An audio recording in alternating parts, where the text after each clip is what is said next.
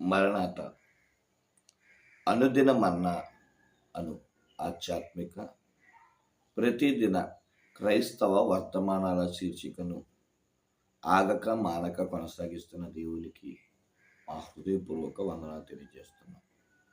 అలాగే ప్రతిరోజు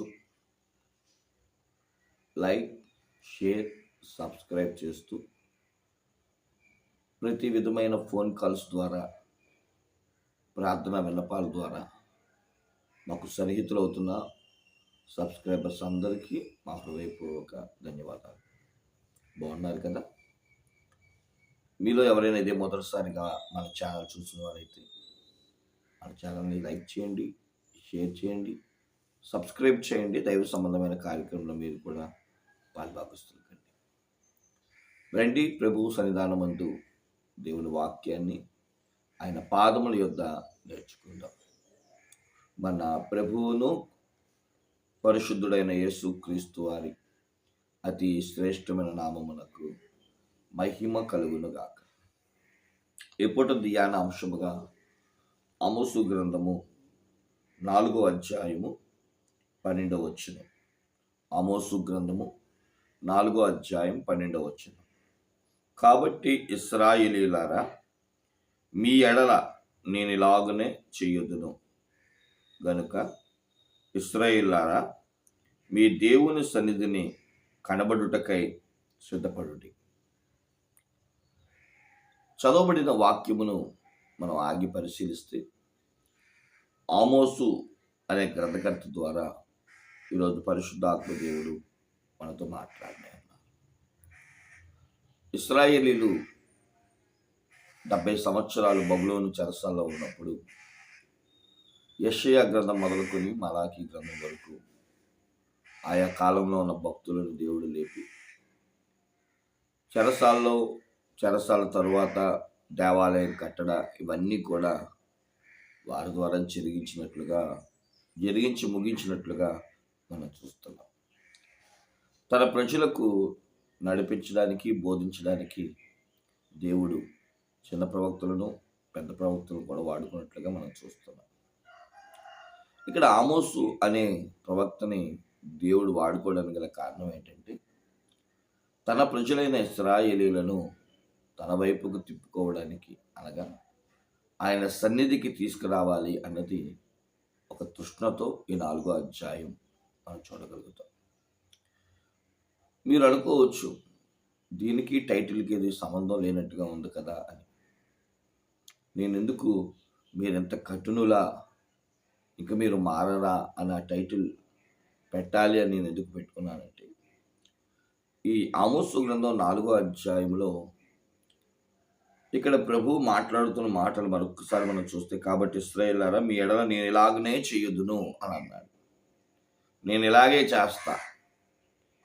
ఎందుకు చేస్తావు ప్రభువా? మేము బాధపడుతుంటే నీకు ఇష్టమా? మేము కరువులో ఉంటే నీకు ఇష్టమా? మేము కన్నీళ్ళు పెట్టుకుంటే నీకు ఇష్టమా? నువ్వేమైనా శాడిస్ట్ దేవుడిలా ఉన్నావే అన్నట్లుగా మీరు చరిత్ర కనుక తెలుసుకుంటే మీకు అర్థమవుతుంది. కానీ దేవుడు ఎందుకు ఇలాగే చేశాడు? ఇలా చేయడం వల్ల దేవుని ఉద్దేశం ఏంటి? ఎందుకు శ్రమల గుండా, కరువు గుండా, వేదనల గుండా, ఇబ్బందుల గుండా దేవుడు మనల్ని నడిపిస్తున్నాడు అంటే, ఆయనకు లక్ష్యం ఉంది, ఆయనకు ఉద్దేశం ఉంది. ఏంటా ఉద్దేశం అని అంటే, మీ దేవుని సన్నిధికి కనబడుటకై అనే మాట మనం చూస్తున్నాం. ఇశ్రాయేలీయులారా, మీ దేవుడైన యెహోవా సన్నిధికి మీరు కనబడాలి. So get ready, so prepare. అంటే సిద్ధపడుటకు, దేవుని సన్నిధికి కనబడుటకు సిద్ధపడండి అని అంటే, వారు ఎందుకు దేవుణ్ణి విడిచారు? దేవుని సన్నిధిని, దేవుని కార్యాలను అశ్రద్ధ చేశారు. ఇర్మీయా గ్రంథం 48:10 ఏముంది? యెహోవా కార్యములను అశ్రద్ధ చేయవాడు శాపగ్రస్తుడవుతాడు. 1 కొరింథీ పత్రిక 16వ అధ్యాయంలో కూడా ఆ మాట మనం చూస్తూ ఉంటాం. యెహోవా కార్యముల యందు ప్రేమ లేనివాడు అని, యెహోవా కార్యముల యందు మనం ప్రేమ కలిగి ఉండాలని 1 కొరింథీ పత్రిక 16వ అధ్యాయంలో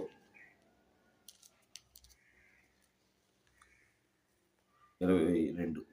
ఎవడైనను ప్రభువుని ప్రేమించుకుంటే వాడు శపింపబడును గాక అంటున్నాడు.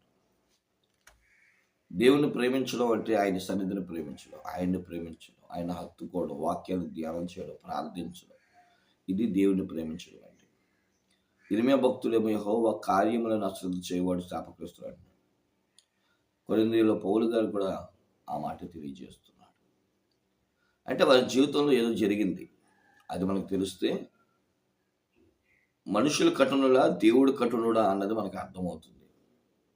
మీరు ఇదే ఆమోసు గ్రంథం 4వ అధ్యాయంలో ఓపిక తెచ్చుకొని 4వ వచనం కానించి 11వ వచనం వరకు చదివితే 5 సార్లు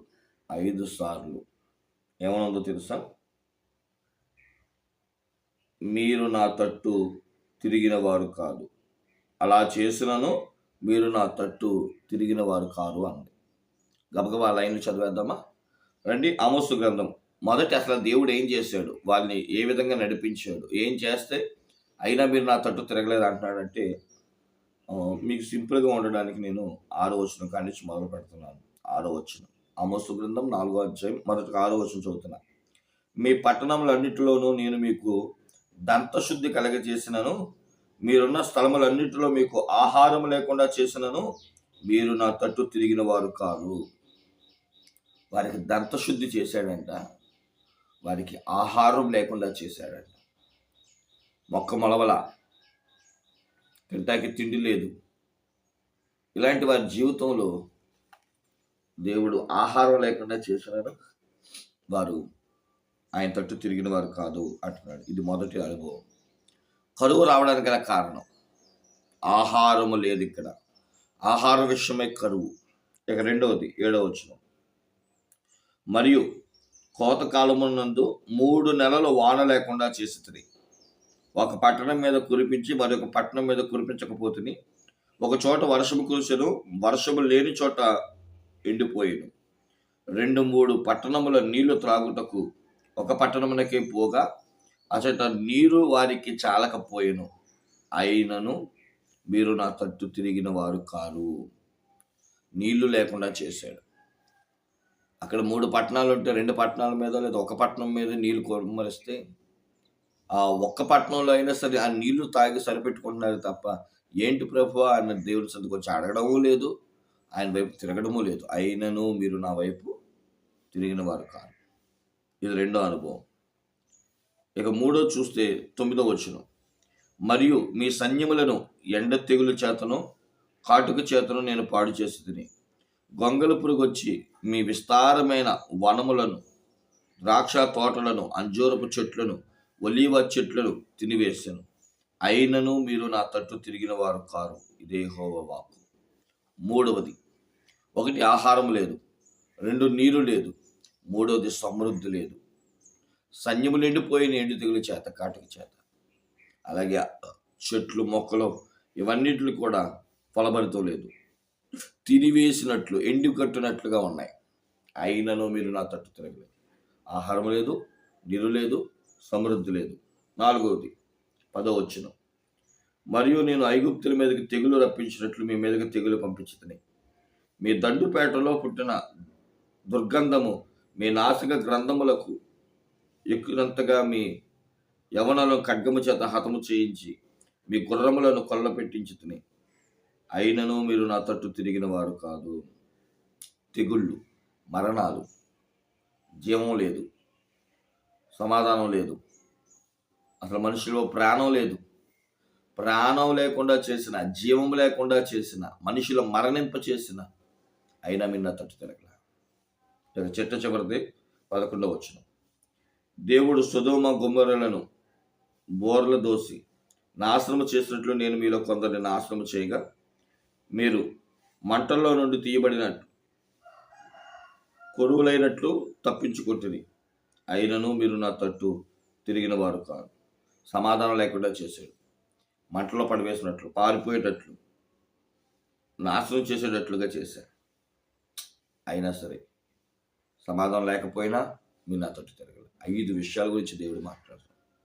ఆహారం లేకుండా చేశా, మీరు నా తట్టు తిరగల. నీళ్ళు లేకుండా చేశాను 3 నెలలు, అయినా నా తట్టు తిరగల.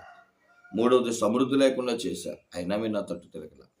నాలుగవది జీవం లేకుండా చేశాను, కన్నీరే తప్ప వేరొకటి అయినా మీరు నా తట్టు తిరగల.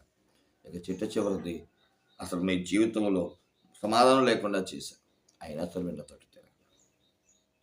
ఇప్పుడైనా మీరు తిరగడానికి నేను ఎందుకు ఆశపడుతున్నానంటే, నేను మీ దేవుడైన యెహోవాను గనక. మీ బ్రతుకులో కరువు పోవాలి, మీ బ్రతుకులో ఇటువంటి అసమాధానాలు, శాంతి లేకపోవడాలు, జీవం లేకపోవడాలు, నీరు లేకపోవడాలు, సమృద్ధి లేకపోవడాలు నేను చూడలేకపోతున్నాను. కోపగించుకొని నేనే, శ్రమ పెట్టిన నేనే ఎంతో బాధపడుతున్నాను అంటూ మన మూలవాక్యంలో 12వ వచనంలో అంటాడు కదా, మీరు యెహోవా సన్నిధికి కనబడడానికి రండి. మనం కీర్తన గ్రంథం 36వ అధ్యాయం 8వ వచనం చదివితే, కీర్తన 36:8.